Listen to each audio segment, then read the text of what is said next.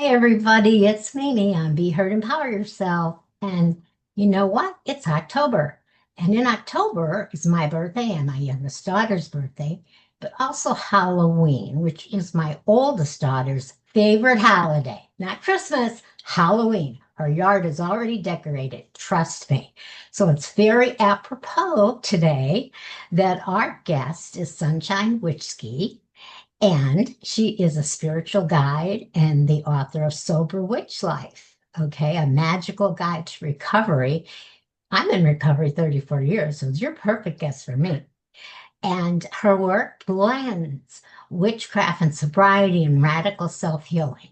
I got that into a transformative path for those seeking recovery with soul. Sunshine, you're my kind of girl. Welcome to the show.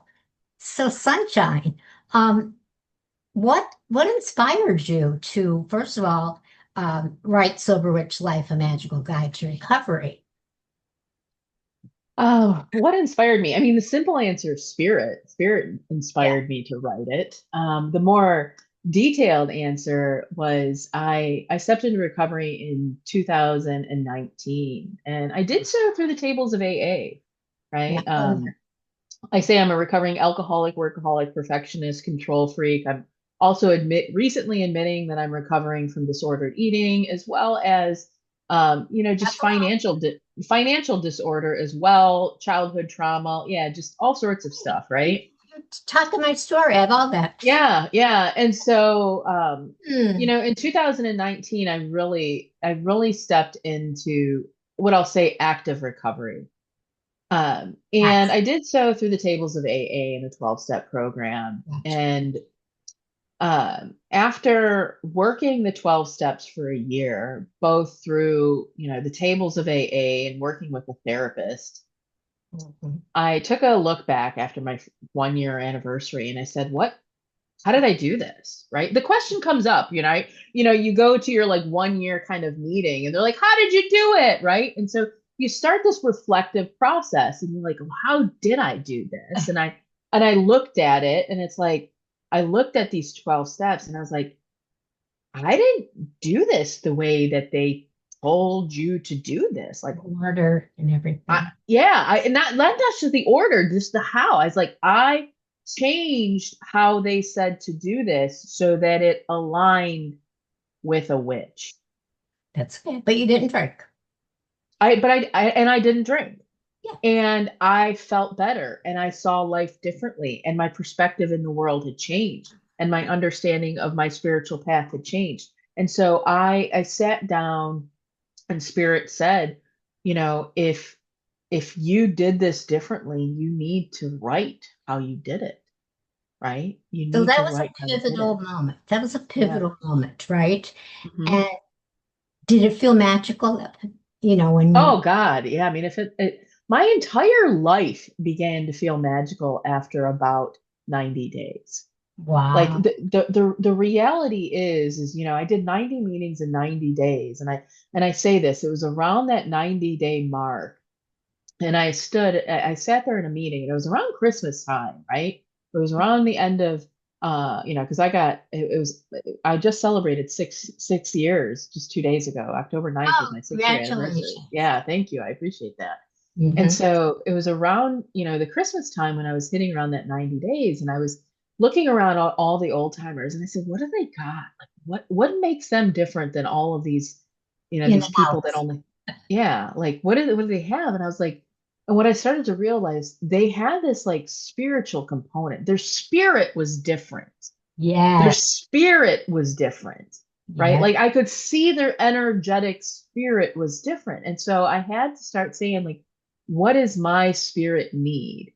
What does my spirit need? And like, what was my spiritual beliefs? And I was like, like the song, spirit speaks to me in songs sometimes. And I'm hearing like, do you believe in magic? Right? And like, that's what it was. Like, Yeah. and so I started asking myself, how can I incorporate magic and belief in magic in my everyday life? And that was what I was going to get to because um, what makes your sobriety distinct from traditional recovery models is that you went right to spirituality.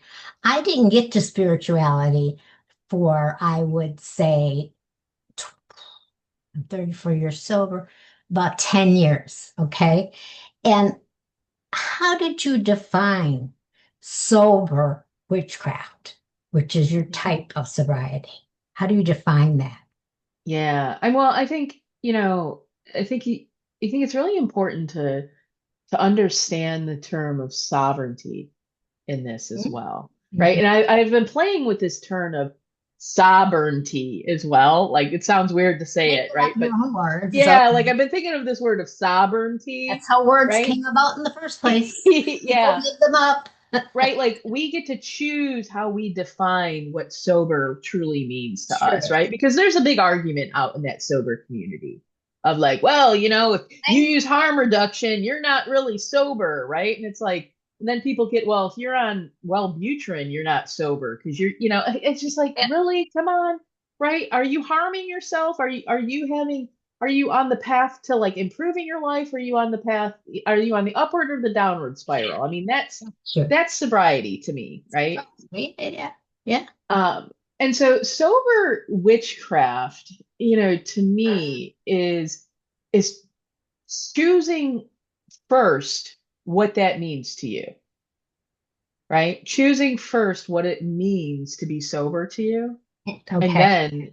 then using magic, the power of magic, Okay. right? Yeah. The power of and so for me, the definition of a witch, you have to kind of, I guess, understand that, is the psychic abilities, the magical ritual, and the service. And Okay. service first starts to service to self. So Yeah. yeah. So you talk about rituals and spell work in healing addiction. So Mhm. what kind of rituals and spell work does that entail? I mean, for me, I prayer every morning is one of them. Oh, talk to me about prayer. Yeah, My yeah. minister does not believe in verbal prayers. He does not believe you pray with words. Okay.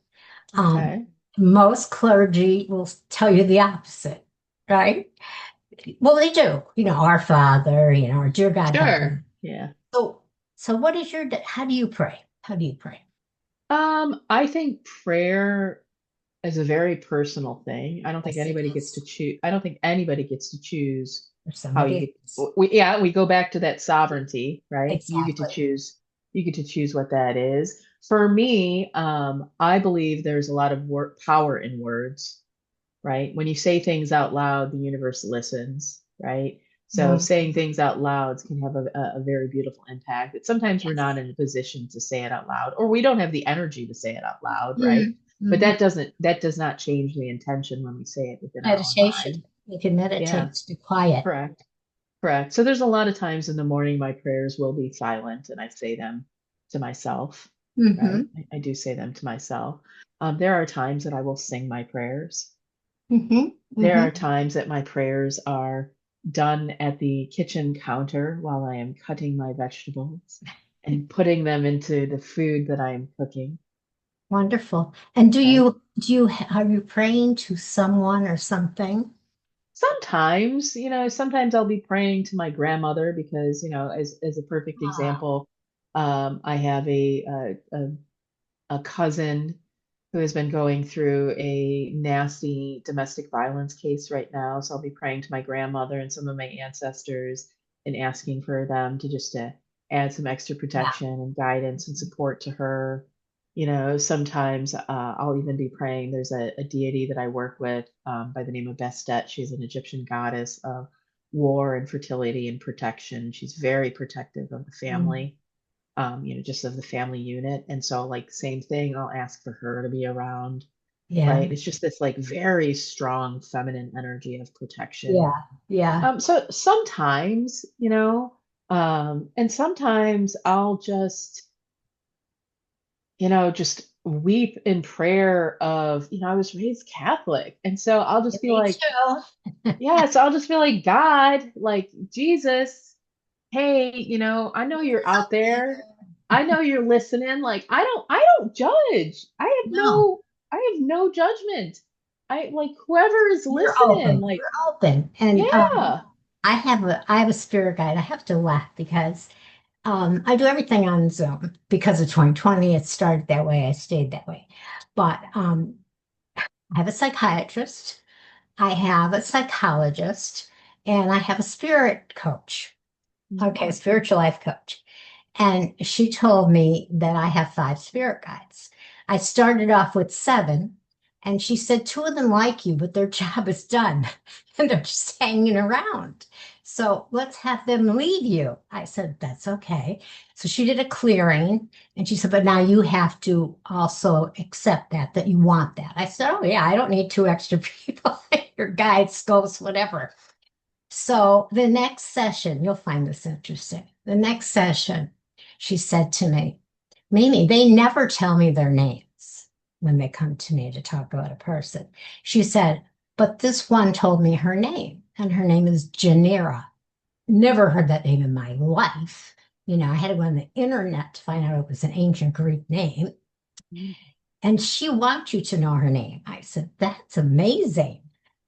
So now the next session, she said to me, I don't know if the other ones got jealous, but they told me their names. mm, So I have Janira, I have Miriam, I have Philippe, I have Felix, I have Sarah. And I'm bringing it up because Janira is my main spirit guide, okay? But like if I'm going through something where I need like masculine energy, I go to Sarah. It's really funny. And Miriam is for my plants. mm, Now mm. I don't hear them. It's just felt. Okay. Yeah, Yeah. clairsentient. Yeah. Yeah. Hmm. So it's like I didn't get around to that till 76 years old, but they've always been with me. I had six lives. It's my Well, sixth. and so that's like with the 12 step for me, the 12 steps of the 12 step program, they say in step 3 that you turn it over to your higher power. Yeah. And for me, in the third step for the witches, 13 steps, you turn it over to your connection to your psychic gifts. There you So go. so Yeah. you literally work on Yeah. establishing, so you learn how, and like I have coached tens, hundreds of folks over the last number of years of learning how to hear, see, feel, touch, know, trust. Yes. Because I have this one client, and he's I adore and love him very, very much. And this was about a year ago, and we're sitting there, and he gets frustrated, and he goes, "Why? I just want my gifts just to be like yours." And I looked at him, Mm-mm. and I'm like, "Do you know the only difference between my gifts and yours? Because he's got really amazing gifts, Mm-hmm. really amazing gifts." And I said, "You know the only difference?" And he's like, "What?" I said, "I have to trust my gifts Mm-hmm. to remain sober. Yes. Mm-hmm. Like I have to. Like any at Good. the moment I go ahead and start to second guess, Yeah. I'm a step closer to a relapse." Right.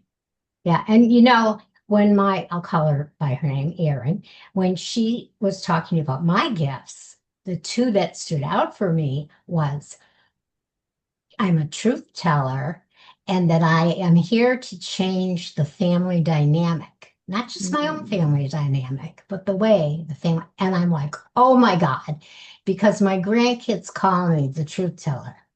Nana will tell you the truth. So if you don't know if mommy's telling you the truth, you ask Nana and she'll tell you, right? And the family dynamic is crazy, and I'm doing my best. Mm. But I, That's that crone energy. There is something about women hit menopause, and there's yeah. no more hiding. Yeah, like that crone energy just How do it you spell changes. that? I didn't hear that of that yet. Crone, C-H? Yeah, Crone. Oh, like Yeah. an old crone. Yeah, yeah. It's the Exactly. maiden, the mother, and the crone, and the feminine energy goes through those I three am to the phases. crone, yes, because Yeah. old crones, if you I don't want to identify that way too much, but they will tell you where it's at. Oh, there's a horrible rap, but do some research on it. You'll find that when you look at the positive aspects of the crone, it is a very powerful, beautiful energy that they possess. Yeah. They're vilified because they ultimately are feared. We're gonna like interlock Yeah. psychiatry and everything with this too, because my counselor says in every family there has to be a villain. Hmm. And in your family, no matter what's going on, you are often, not that you really are the villain, but you are made the villain. Oh yeah, yeah, Yeah, yeah. yeah, So I get yeah. that, what you're talking. Yep. And Hmm. why? Because they know we aren't going to keep their secrets, that Yep, I can't don't tell me a secret. I will not keep a secret.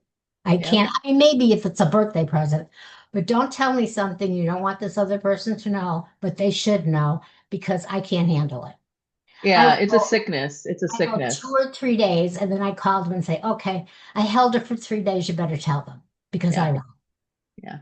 That's a sickness. I've had a lot of conversation with my mom about this. I went, when I stepped into recovery, I was lucky because it was 6 months before the pandemic hit. I state now that if I hadn't gotten sober before we hit the pandemic, I don't know that I would have lasted. I don't know that I would have been alive. Yeah. Um, and it forced us all to go into kind of isolation, and it forced distance between me and my parents.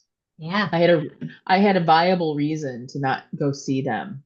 I had a viable reason for some You didn't have to distance, make and one it up. I didn't have to make one up. And so it forced these boundaries that I don't know that I would have had the strength to put into place myself.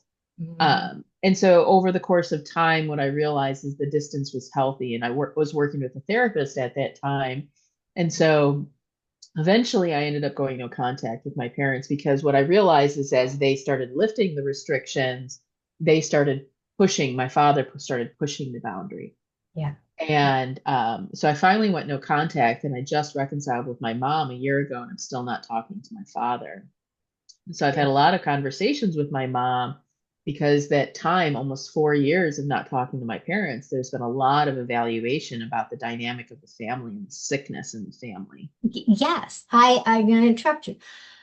I have three female members in my family that I have had times of them not talking to me for up to a year. Okay. And me not knowingly have done anything to cause that. Again, being made the villain, you know. Hmm. And I think part of it is because I am a truth teller. And Hmm. whatever they're going through, I'll call them on their shit. So Yeah. instead of that, we'll be mad at her and just not talk to her. And then you know what happens, Sunshine? They have something big happen in their life, a problem, and there's nobody to help them but mommy, and that breaks the silence. So this is the Yep. dynamic that I'm trying to change. Yeah.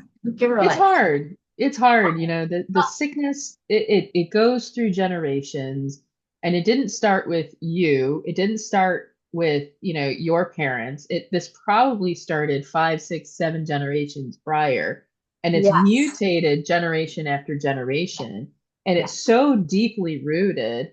I've actually decided, I made this decision. I mean, there's all sorts of things that I've got my like little pause on, yeah. but I made this decision to go in and get a doctorate in ancestral healing Oh, because amazing. I yeah, so I've done for the last number of years. I've been a professional psychic medium for the last 5 years, and one of the things that I have found the most deepest, gratitude to be able to do is opening up the Akashic records for individuals. This is how I found my spirit guides.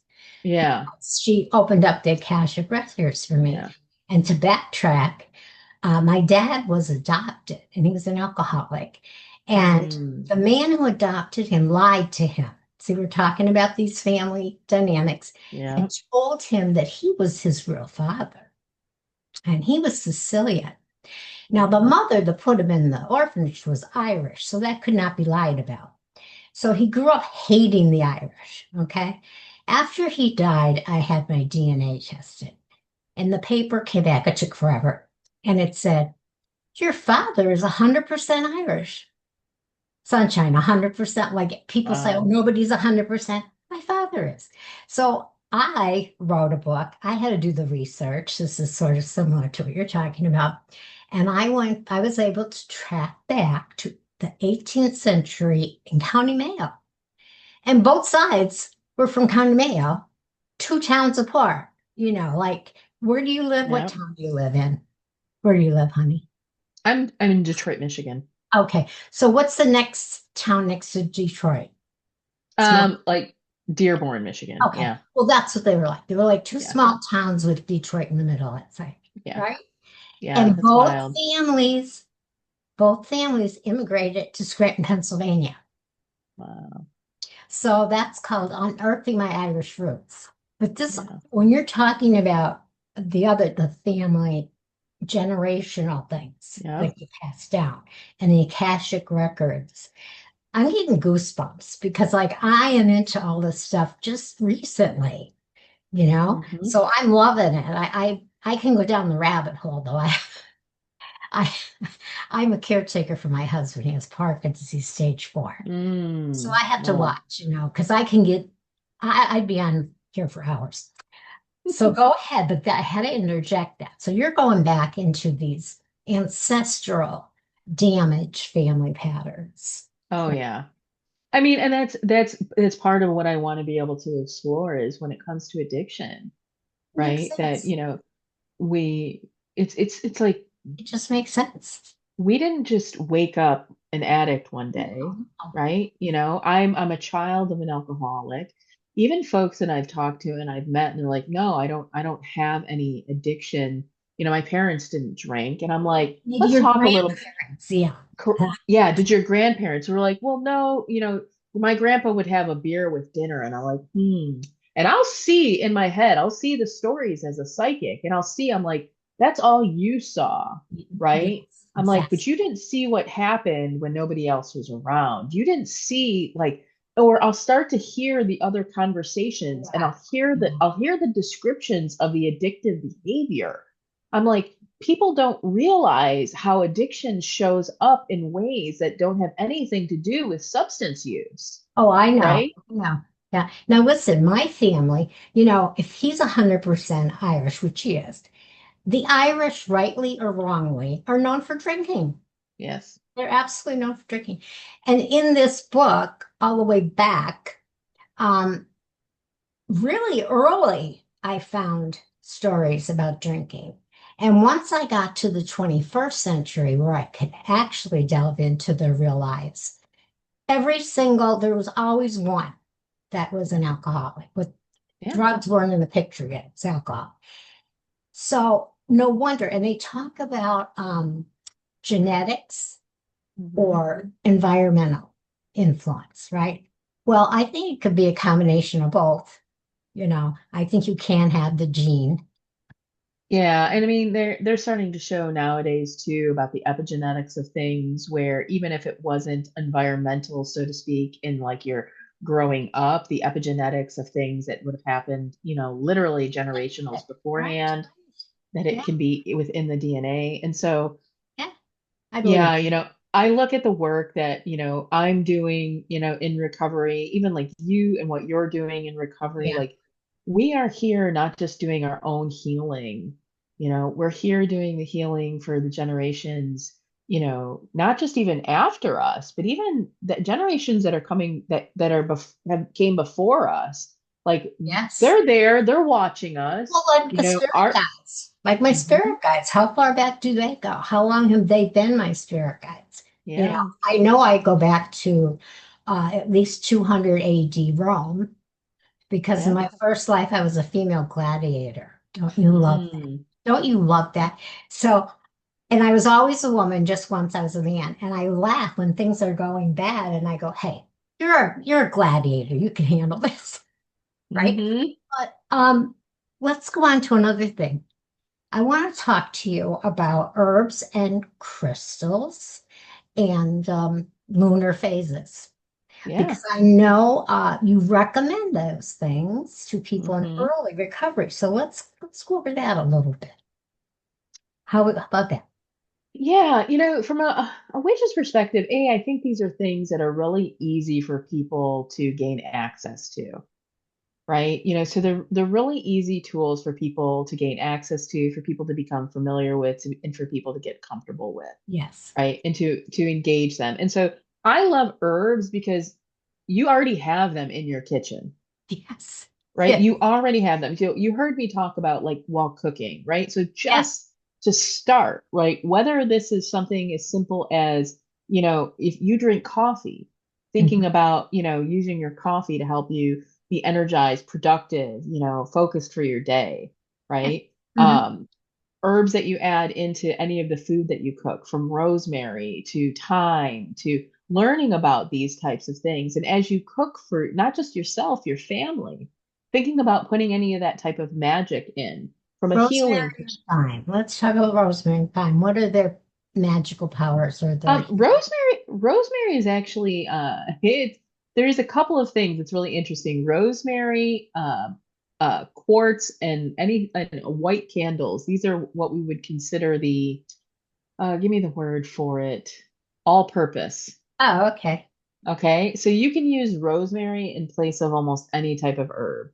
Oh, So I if you like needed any type of magical purpose, you could put rosemary in and set it for any type of intention. that. Okay. Cool. Okay. Same thing with a clear quartz. You can use a clear quartz and set it with any type of intention. Yeah. A Okay. white candle, you can use that and set it for any type of intention, Yeah. right? And time, anytime you're looking at like herbs specifically, you can think about, I've learned more and more about plants over the last couple of years as I've been just growing my own gardens. Think Hmm. about the way that it tastes. Is it pungent? Is it spicy? Is Hmm. it earthy? Is it grounded? And so thyme has kind of a more earthy kind of flavor to it, right? And Hmm. so it's going to be a bit more grounded. It's little and tiny. So it's going to be a bit more piecey and fat, like it's fast. So thyme literally even has the word time in it. So you Yes, it could use does. it for actual like time magic. Hmm? I'm going to try to maybe speed something up, Or right? anti-aging, maybe slow something down. Yeah, yeah, absolutely. Um, No, but you know what? I have a very sensitive taste buds. I always my dream job would be one of those food critics that goes into restaurants. mm, And my husband has no taste buds at all. And I can taste the slightest, spice mm, change. And there is one spice I absolutely cannot tell. I don't know if it means anything, and that's cilantro. You familiar with mm, cilantro? Now, I don't know if that mhm. has any power, but if there's cilantro in it, it tastes like soap for me. Now, Yeah, there's something in particular. There's certain people that have this particular like genetic, and that's the way that it presents. And so doesn't typically mean anything from a magical perspective. I'm curious if it tastes differently if you use it as coriander. So cilantro and coriander are the same thing. yes, Cilantro is the actual like leaf of it. Coriander is the seed version of it. coriander doesn't bother me, but the Yeah. cilantro, and you know what I'm thinking? Because I have such sensitive taste buds, just too strong. It's just too Mm. strong of, Yeah. that's what I think. Yeah. Into cooking and everything. So, Sunshine, Mhm. what was the most challenging chapter for you to write in your book, and why was it the most challenging chapter? Let's hear Mm. that. You know, it would probably be the preface. You The know, I preface. Yeah, I wrote after I edited everything. You typically write the preface, after you write everything and you kind of talk about it. And it's because I wrote why I wrote the book. And, you know, writing the book in itself, it took me a whole year to write the book. So my second year of recovery is the time frame that I wrote the book. And then I put it away and I didn't pick it up again until last year. It was Spirit said, put it away. We're not ready for it. It's not time to release it into the world. And I said, okay. And Mhm. so it was my 5 year sober anniversary that they tapped me and they said, you're it's time to edit it. And so at that particular point, um, life was a different journey at that point. It looked a lot different. Mhm. Not only was I still no contact with my father, I had lost a cousin to alcohol, and the partner that I had been with when I had started my recovery journey, I was no longer with. And not only was I no longer with him, he no longer walked this earth, Wow. Okay. and he had passed away because of addiction.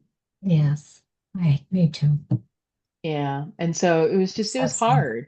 Hmm. It was hard to write, and it was hard to like write from that perspective, you know, but not in the sad way, in the way of, you know, again, remembering and realizing and anchoring in why this work is so important. And, you know, even just this year, as I've been on this journey this year, and I've been doing this book tour, and, you know, I've been doing more writing, and I've been writing on Substack and Medium about more and more of this. I'm just realizing like, this is why this work is so important. Like him and he was such a beautiful soul, and he was afflicted through addiction because I don't think he felt like he belonged in this world.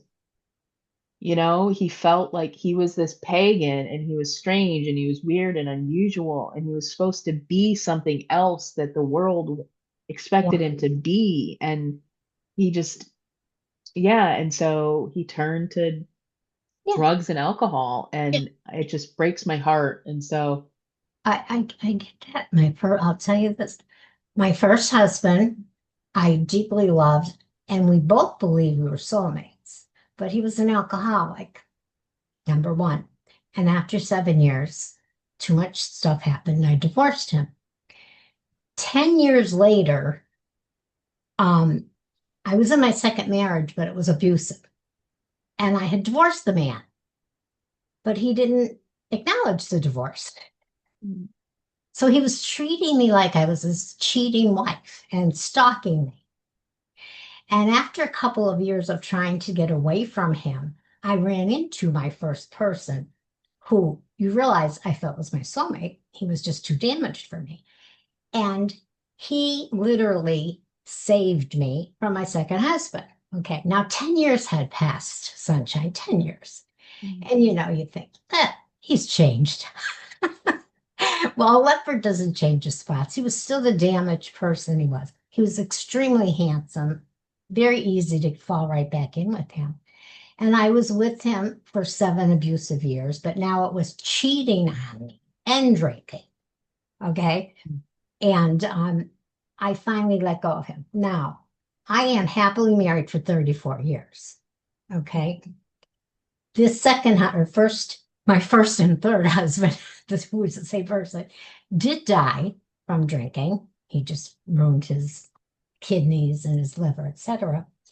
And I went to his funeral, and my husband went with me, you know. And the funny thing is, the family, including my stepchildren, treated me as if I was the wife, the widow, because I never liked the second wife.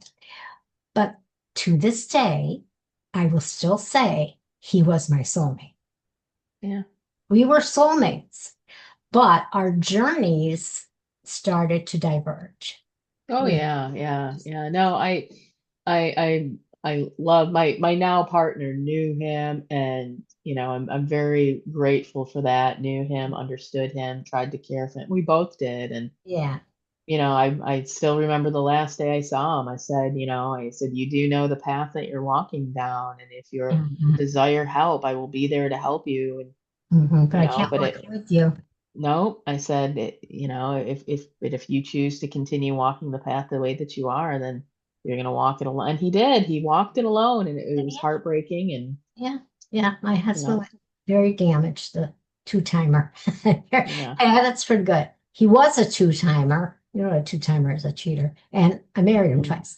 But I do this show to empower people, especially women that are in abusive relationships. Hmm.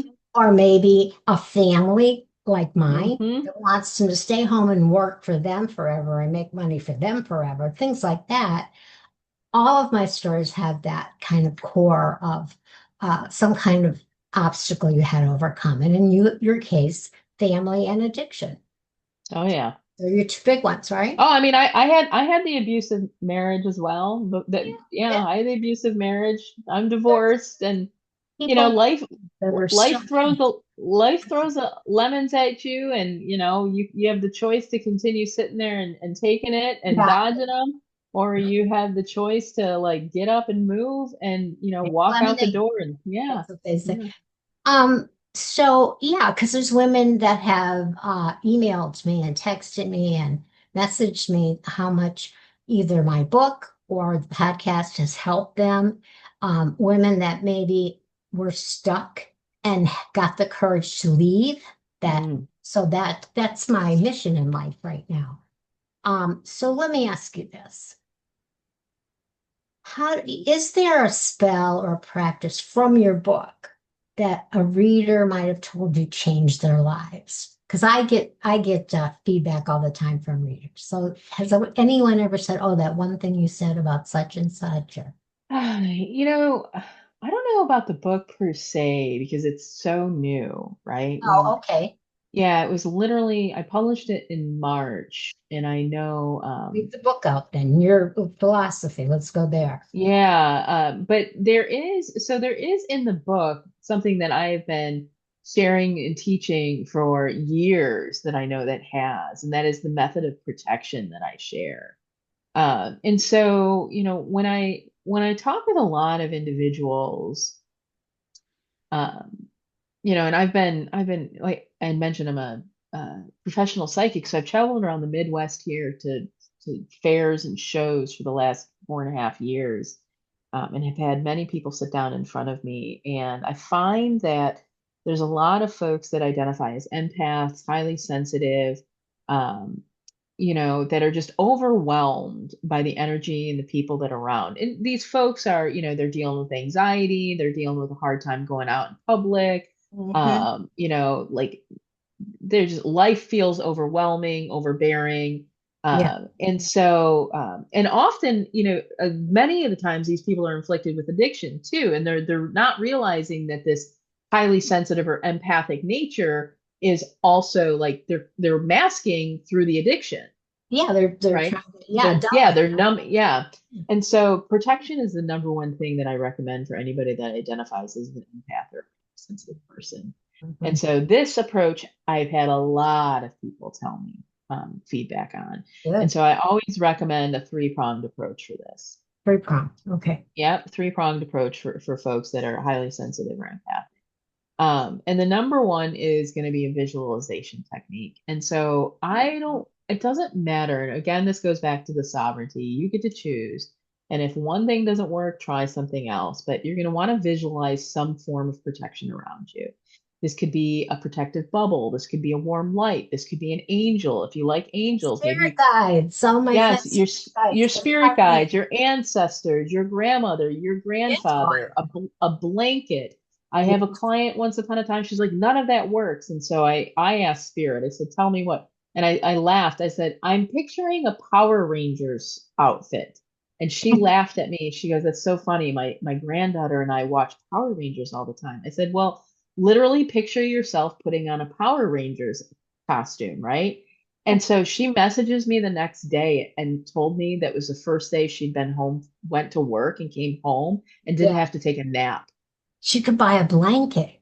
They Oh, sell blankets and stuff on because my yeah, great yeah, grandson, yeah, he was into yeah. Well, no, costume. all she did when she Yeah. woke up that morning was pictured herself putting on a Power Rangers That's all she just uniform. imagine if she had the blanket. She Yeah. used every So day. the very first step from a protection is some form of visualization, Okay, right? I got Some that. form of visualization. Got Okay. The second one is something that you can wear, specifically something that you can touch that you have on and you're wearing every day. And it doesn't have to be something that you go out and buy, but you're just wearing it every day. So if you have a wedding band, cool. If you're in glasses, like I wear eyeglasses, I've told a lot of people that wear glasses, make it your glasses. And this Yeah. is something that if you literally are going to be wearing it on a regular basis, you go ahead and set the intentions that those, especially when you touch it, are a reminder that you are protected. It Love is your protection. I myself have a lot of things that are charged with the intention of protection. I have jewelry. I have jewelry that is black onyx for my ears, that is protection specifically for my third eye. As a that. psychic, I have to be very considerate that I am highly sensitive. And if people know I'm a psychic, and I do a lot of magic, and I do magic in the public eye, I'm susceptible of psychic attack. People might not like what I do, Yeah. right? Yeah. That's a true Yeah. statement. Makes sense. Um, so I have a lot of jewelry and a lot of protection that is on me. So Yeah. that's the second is something that you can wear specifically when you touch. So if you ever get a feeling of anxiety, something just feels strange, you're going to touch that, right? Yes. Try to make it watches, rings, Yeah. necklace, but you're going to want to make sure that you're wearing it all the time, right? Yeah. Especially when you go out. If you go home, it's perfectly fine. When you do go home, if you can take it off and cleanse it on a regular basis. So I take my jewelry off and I put it Yeah.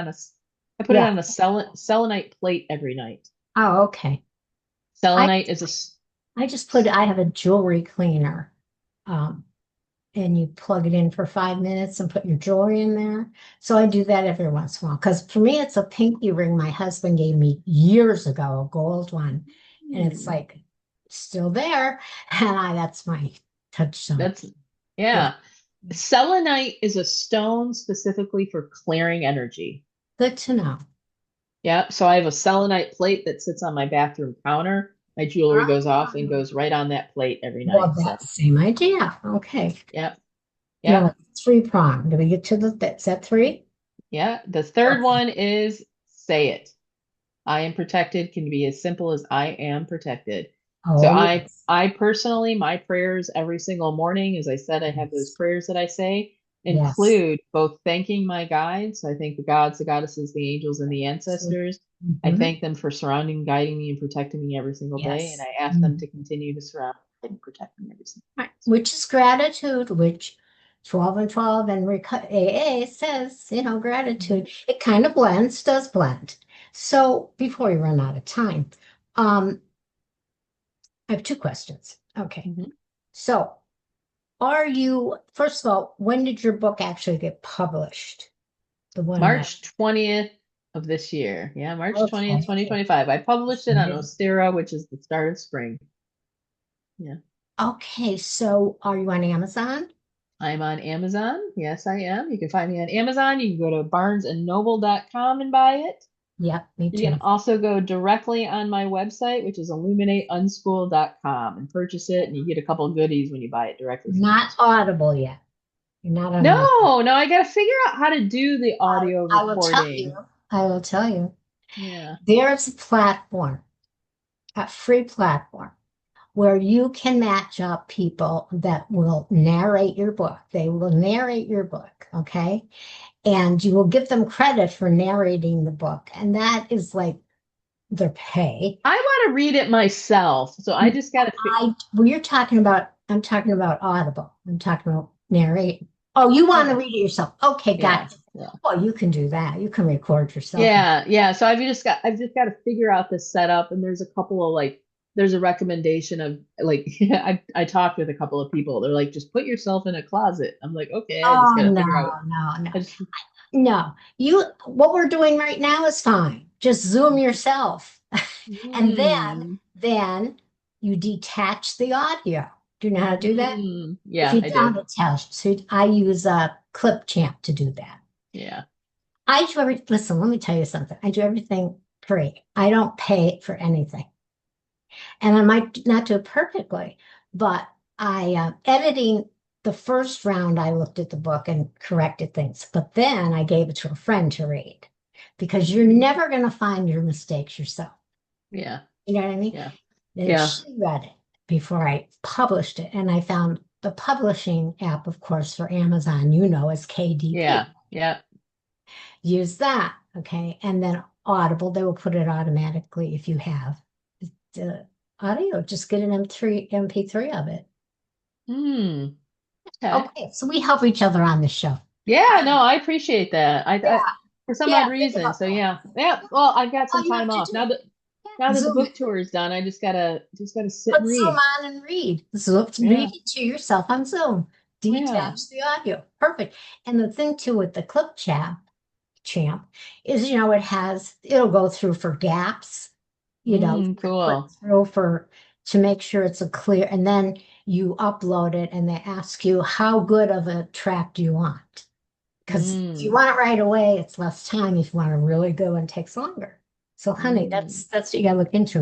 All right, so if you could cast one spell to change how society views addiction, what would it be? Oh gosh, that's a good question. Huh? Mhm. Society views addiction. How they view it. Just what could we do? What kind of spell or intention can we work on, or uh, interaction, anything? Like what do we think? Well, I mean, the 13th step Mm, in and of itself aims to heal the world from addiction. that's But if it. I could, There you go. Yeah. yeah, but if I could cast a spell to change The way they to look change at it. how yeah, the way that society views addiction, Yep. Yep. I I would cast a spell for them to see the depth of addiction, Mm-hmm. right? Because so many individuals are looking at it as just substance abuse, and they're lacking to see how these behaviors are showing up in so many other ways, and how it's literally the pictures, how these tentacles of addiction entwine itself, that even if the substance isn't present, it shows itself up in so many other ways, Nine in the, months, 9 months sober, I had to go away for eating addiction because when I yeah. put down the alcohol, and a lot of people do this, they pick up Mhm. sugar and food. 5 years sober, I went away for depression. I mean, until you actually find out what needs to be healed, Until you step into the spirit. yes. And that's I, when I you can heal. Yeah. Yes.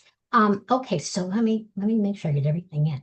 So I have in my notes the Unschool of Sober Witchcraft, a learning platform. Do you still have that? I do, but I would love it if you let your audience know the easiest way to find out everything going on, just because I've got a couple of things in the mix, Yeah, I is to want. go to soberwitch.life.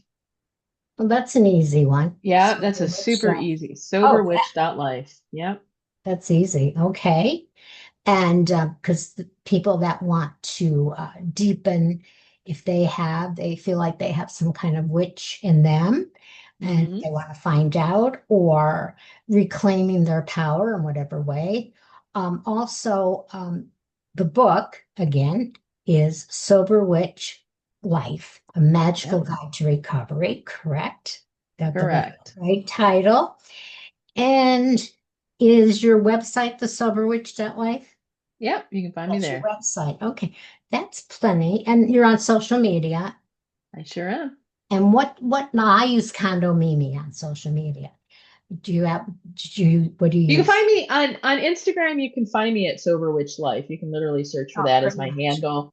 And on Facebook, it's Sunshine Witchski.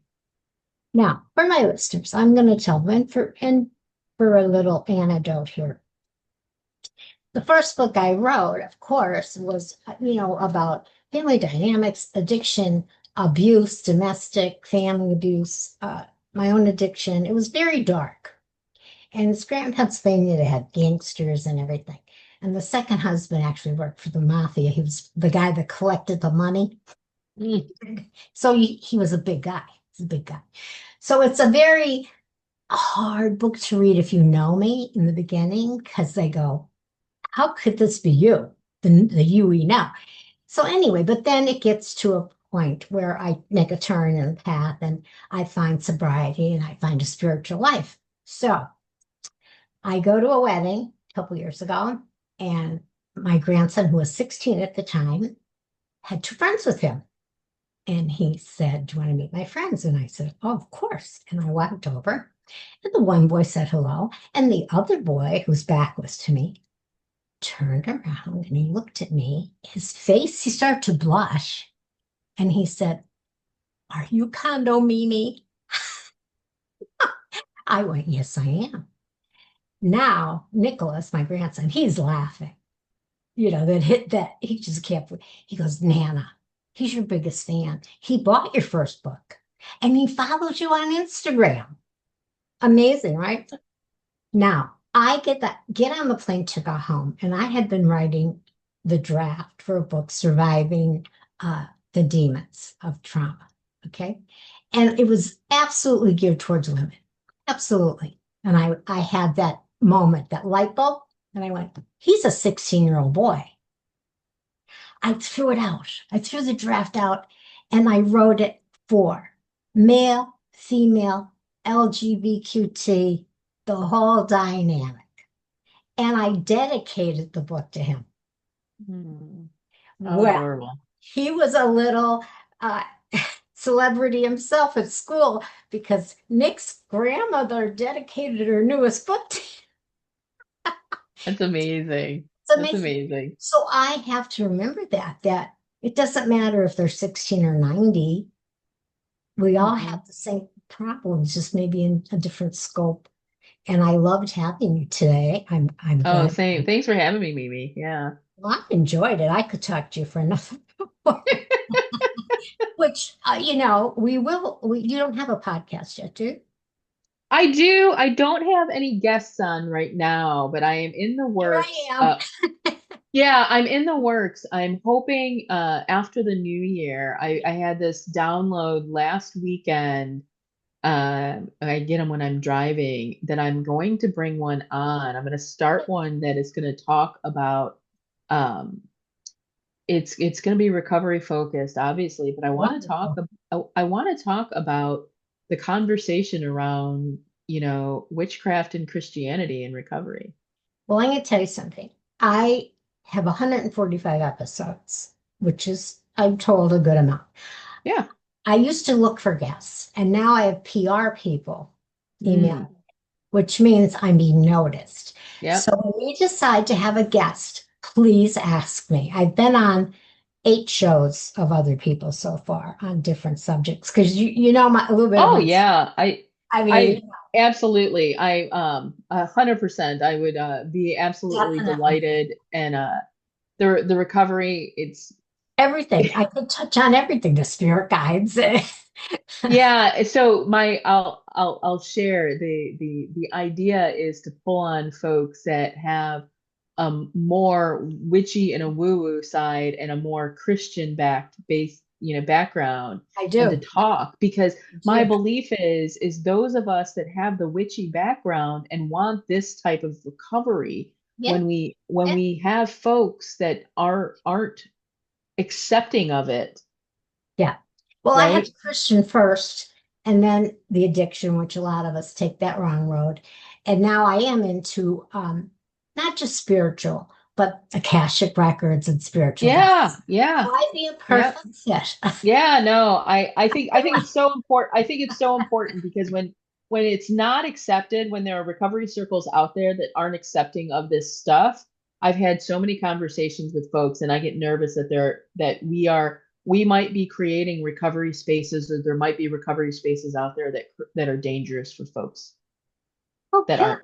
Yeah. Well, again, So yeah, yeah, have yeah, me I on. look forward to it. It'll probably be, like I said, after the new year. It's Uh, fun.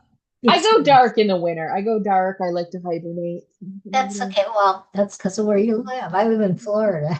Yeah, I don't. I Very don't. Yeah, it gets cold and dark, and Phoebe, yeah, I I enjoy it. learned things from you. I am going to put notes on the podcast and the YouTube episode. I'm going to send you the MP and the info, and I'm really going to put my intention that I'm one of your first guests on your podcast. Sounds lovely, Mimi. Well, have yourself a beautiful rest of your day, and we will talk again very soon. Oh, yes. Thanks for coming.